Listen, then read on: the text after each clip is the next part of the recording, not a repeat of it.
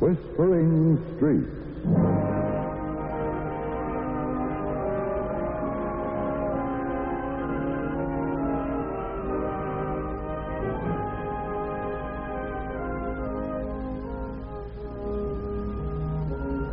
And here is Betty Davis.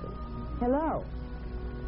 Monica Raymond enjoyed her career as a radio personality, but sometimes, in fact quite often, she thought of the career she might have had as a wife and a mother.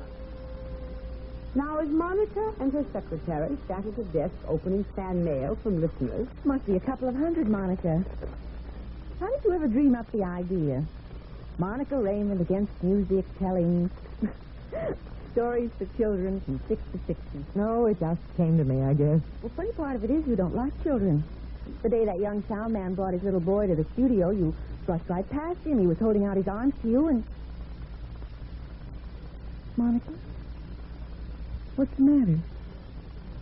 I love children now. I'm afraid to show it. When a youngster holds out his arms to me, I just get all quivery inside. I back away and try to cover it up with a wisecrack if I can think of one fast enough. I don't get it. Laurel, I'm going to tell you something that nobody knows. Nobody on the studios, that is. I'm a widow. I once had a child of my own. But everybody calls you Miss Raymond. Where's the child? I said I had a child. Mal and I husband's name was Malcolm. Mal and I lived in the suburbs, and one night after everybody was asleep, there was a fire. Defective wiring, they said. Mal carried me down the stairs. The baby's room was on the ground floor, and we thought the nurse had the baby outside. And then we saw the nurse all alone. So Mal darted back into the house, and I tried to rush after him, but a fireman caught me and held me, and then the roof caved in. It's the most awful thing I ever heard. So that's why... Yes. That's why I want to tell stories to children. And paradoxically, why I want to avoid contact with children. When a woman's loved and lost, Laurel, she's afraid to love again, for fear she'll lose again. That's why I cover myself outside with a veneer of sophistication. I'll get it. Since you told me what you told me, I feel all gone in the pit of my stomach. Monica Raymond's apartment. Yes, I'll see. It's Michael Truesdale, Monica. Oh, again. The third time he's called today. Hello, Mickey. No, I don't want to have dinner with you tonight. No, I can't accept a weekend invitation to your cottage at the beach. Well, no, I won't. I can't. Why? Well, I'm going out of town this weekend. No, you can't drive me where I'm going. I'm awfully sorry, Mickey. I appreciate all your offers, but the answer is no. Goodbye. Oh, that pest. He's a very important producer, but he's just a pest to me. But won't he discover you haven't gone out of town? Well, somebody's bound to ask me to go somewhere. You know, just out of sheer cussedness, I swear I'll accept the first invitation that comes my way. Anything to keep away from Michael Truesdale. Well, how about getting on with the letters, Okay. Here's one from a little boy who's promised to eat his spinach if you'll send him your picture. His name's Harold. And here's one from a man who's going to see his old sweetheart after 20 years. He wants a copy of that poem you read yesterday about love lasting forever. Well, and, here's your invitation, Monica. My invitation? Get a load of this. We listen to you every evening right after supper, Miss Raymond, and we've taken a fancy to you. We've even got it doped out what you look like. You have white hair and a sweet smile. White hair and a sweet smile. Oh, my. Our farm's in a valley surrounded by mountains. We've read that the city's having a heat wave, and so, well, Miss Raymond, we're wondering if you'll visit us for a spell. We can promise fresh air and country food It will probably do you worlds of good. So I guess you're all set. What on earth are you talking about, Laurel? Do you really suggest that I spend the weekend with strangers?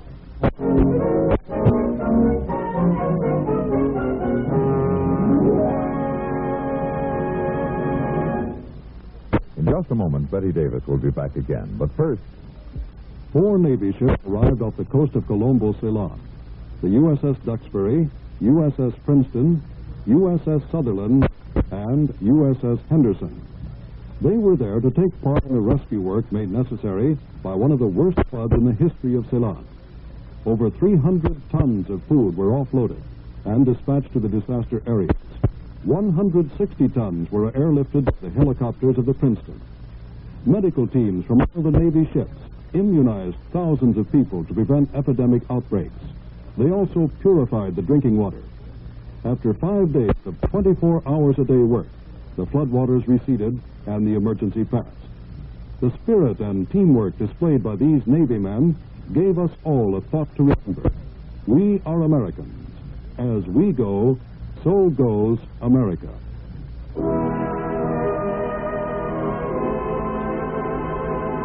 and now back to our story with Betty Davis. Monica stared at her secretary with a look expressing both surprise and disapproval. She reached for the fan letter that Laurel, her secretary, had just read. Remember, Monica, you swore that you'd accept the first invitation that came your way. And here it is, made to order. Well, good heavens, Laurel, I don't even know this person. Let's see, his name is Dennis Maxwell. Probably an old farmer. He and his wife go in the Children of 60 class. Laurel, he's enclosed a timetable and a railroad ticket. Well, what do you know? A farm in the valley sounds divine. And the country food sounds like 10 pounds back distributed. It's only for a weekend. Be a good sport. Go. You said you Well, would. now, a joke's a joke, Laurel. Says if I whine, he'll meet me at the depot. The place is called Simpson's Corners. That sounds like deep country. Truly rural. Oh, dear. Hello? Oh, yes, Mr. Truesdale. Oh, well, no, Mr. Truesdale, I think she's going away. No, I don't think you should come here. Mickey, I wish you'd stop bothering me. No, I won't change my mind. Of course I'm going away, just like I said. Where? To a place you never heard of. It's way out in the country. Simpson's Corners, if you're interested. Well, some friends have invited me to visit them on their country estate. Please excuse me, Mickey, I must pack. Well, that's that. The die, so to speak, is cast, Laurel.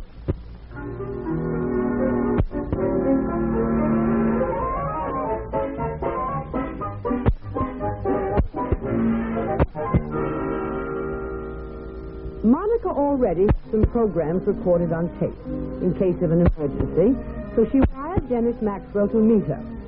She told him she'd accept his invitation for the weekend. But the moment the train pulled out of the city terminal, she told herself she was being an idiot. 2 days, possibly 3, with a pathetic old couple would be an eternity. She was angry at herself and at her secretary by the time she stepped off the train. She stood on the depot platform, tapping her foot. You can't be Miss Raymond. You're young and pretty, but you're the only lady who got off the train. Are you Dennis Maxwell?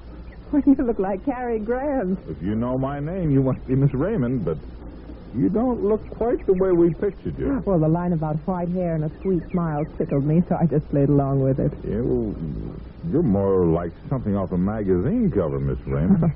My car's at the other end of the platform. We'll have supper as soon as we get to the farm. The hired girl cooks supper, and we usually eat early so she can go home while it's still light, but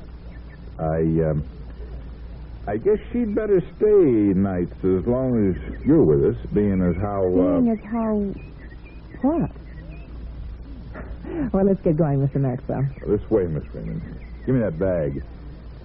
I reckon I didn't tell you in my letter that I'm a widower, Miss Raymond. Mm-hmm.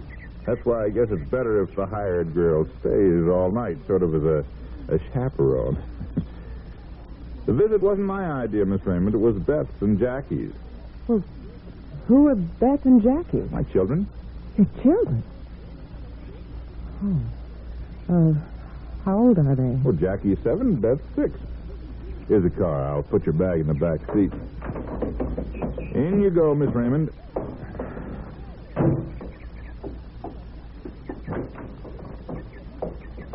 I reckon the kids will be just as surprised when they see you as I was.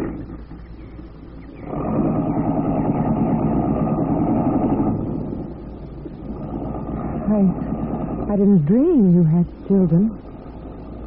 2 of them. I wonder why I didn't say something about them in my letter. They're really wonderful kids, Miss Raymond. You fond of children? Well... Oh, but of course you must be, or they wouldn't be so crazy about your stories. Well, I'm glad they like my stories. If they didn't, I'd be out of a job. Business is business. This is a very nice road. It's all dappled with sunlight.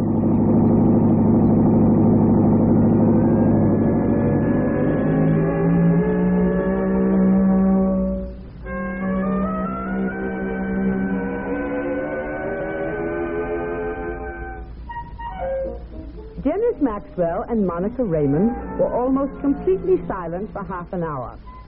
Janice asked an occasional question. Monica replied with a yes or no.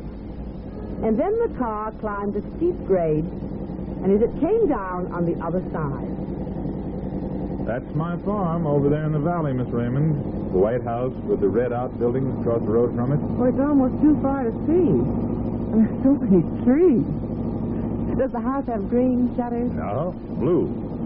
Hold tight, Miss Raymond. I always coast when I come to this last hill that brings the car right up to the gate. We're close to the jumping-off place, Miss Raymond. It's a nice jumping-off place. Yeah, it's peaceful, anyhow. Very peaceful. Are those your children hanging on the gate? Beth and Jackie? Yeah, Jackie's holding out his puppy so you can see it first thing, and Beth has her doll in her arms. Miss Raymond, I've got to tell you something before we meet my kids. Oh, okay, go ahead. It's your voice. When you read poetry, you sound the way they think their mother's voice sounded. They don't remember her, really. She died long ago. But it's all kind of mixed up and unexplainable, but children are queer. Grown-ups are queer, too. Yeah? Folks get goofy ideas without meaning to do it. Hey, Jackie, Beth, here's your friend. Your hair is white. Right the first time, Your Beth. hair is yellow. You want my puppy to sleep on your bed. But Jackie, that's up to you. My God's name is Kitty. Take it easy, youngster. One at a time. I'm Bessie here to be yellow, and I want to kiss you. I want to kiss you, too. No. No, keep away from me. I have a kitty. You can see my kitty. I got baby chickens, and you gotta see my little chickens. There's a meal cake for supper. Can I call you Aunt Monica? If you want to. What do you do when supper's over? We listen to you, usually. Then the children go to bed, and then I sit on the porch and think things out. When I go to bed, I want Aunt Monica to undress me. I want her to hear me say my prayers when I go to bed, too. I'm sorry, but that's out. Don't be so rough with them, Miss Raymond. Now I know why you were evasive when I asked you if you liked children. Go to the head of the class, Mr. Maxwell. Well, all right, children, I'll hear your prayers. But you're big enough to undress yourself.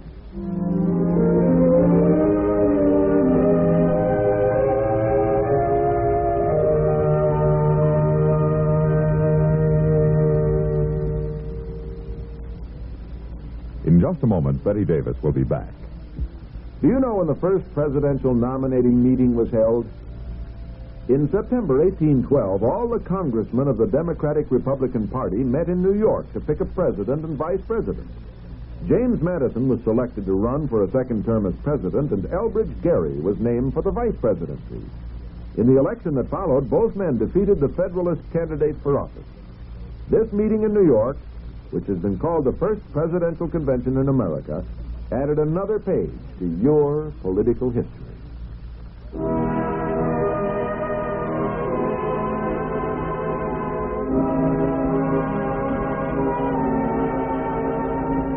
And now back to our story with Betty Davis. So Monica heard the children say their prayers, And then she told